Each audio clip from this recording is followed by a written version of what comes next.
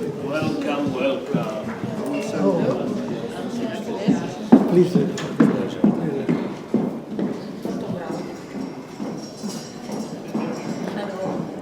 Nice to see you again, everything. Likewise, likewise.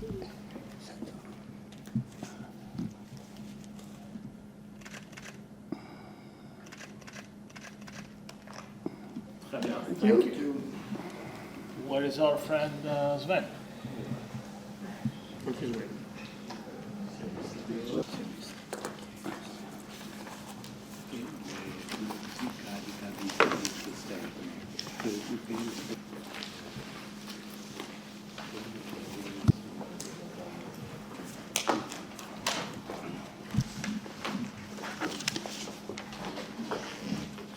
Led to an unexpected level of violence with ripple effects across the world. But we were physically together yesterday. Your Excellencies, Your Eminence, I would like to welcome you all to the Commission headquarters for this extraordinary meeting with religious leaders on the situation in the Middle East. I'm delighted to be joined with colleagues, Frans van Dale, our EU envoy for the freedom of religion and freedom of belief, our two coordinators, Katharina van Schnurbein, coordinator of our work against anti-Semitism, and Marianne Lalisse, our coordinator for Muslim-related hate. I thank you first of all for finding the time. This is not the best period of the year, but I appreciate your presence, and I also take the opportunity to salute Chief Rabbi Goldschmidt from Munich, who joins us from a distance. But we were physically together yesterday in Munich, so I'm delighted that he's joining us. The reason we are meeting today is, of course, because I'm deeply convinced of the added value of the Article 17 dialogue in addressing the consequences of the situation in Gaza and the impact of the ongoing conflict on the European Union. And I'm really convinced that you, as leaders, religious leaders, spiritual leaders, can play a decisive role in this respect. Our dialogue, Article 17 dialogue, shows that apparent religious divides can be overcome, and that together we can promote this idea of a common corpus of values based primarily on respect for the dignity of each other.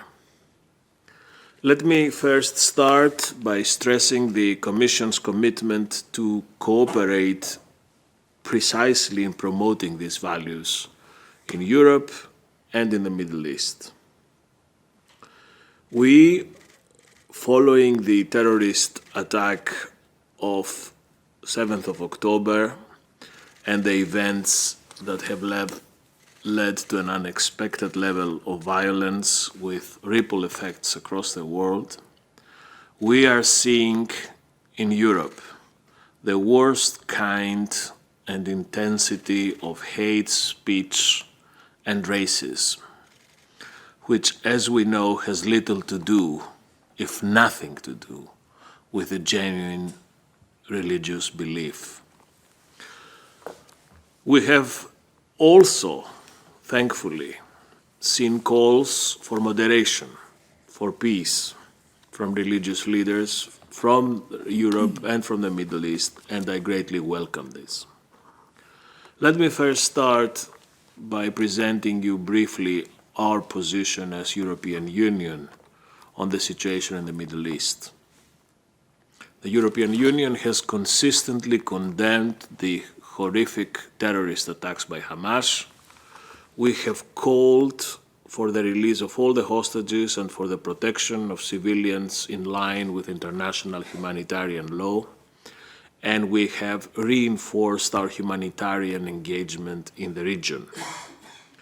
We have also underlined the need for dialogue between Israel and its neighbors and the need to continue to struggling for stability and peace in the wider region. I believe, or rather, I am absolutely convinced that we, with this dialogue and this engagement, can contribute to this spirit. We can work together to bring people together. And today, precisely, we would like to hear from each one of you about the impact the war has had on your communities.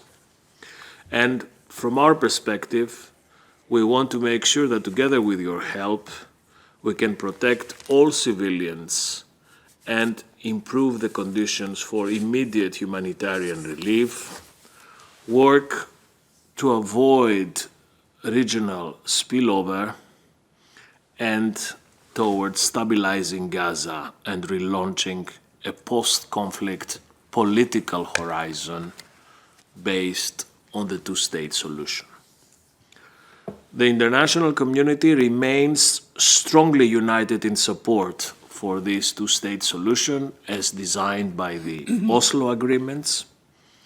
And although we lost a lot of time, many years since Oslo, in this current context, we should continue working towards this objective.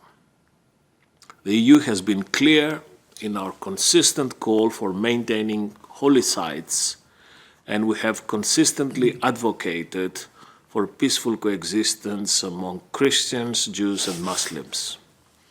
This was precisely my message when I visited Jerusalem together with Frans van Dale and Katerina back in June this year. And during his last visit to the region, my colleague Josep Borrell, the High Representative for Foreign Policy, discussed with local actors about the possibility of engaging with religious and faith communities in post-war efforts.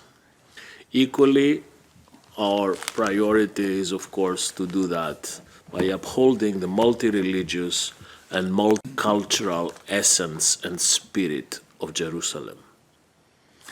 And on the 11th of December this year, a few days ago, the EU head of missions in the occupied Palestinian territories also met on the Mount of Olives with Christian communities to discuss a proactive approach to addressing religious tensions.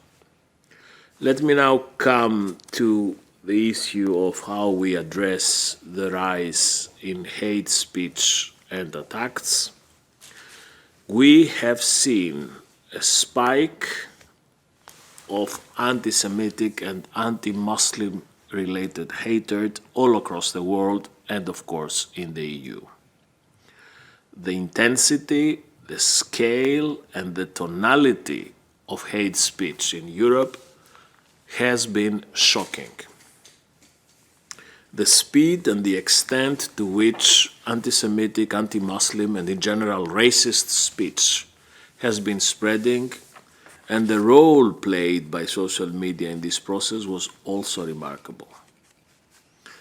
And you know it without the need of me telling you that religious communities have also been directly targeted by these phenomena.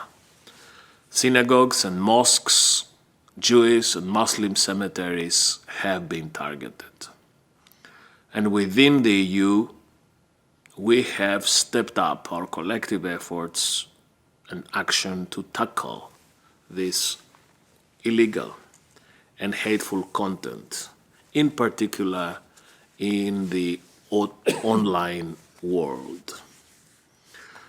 A few days ago, on the 6th of December, the College of Commissioners, in a joint initiative with my colleague Vera Jourova and myself, we adopted and presented a communication entitled No Place for Hate in Europe, where we outline specific ways to address these deeply worrying developments.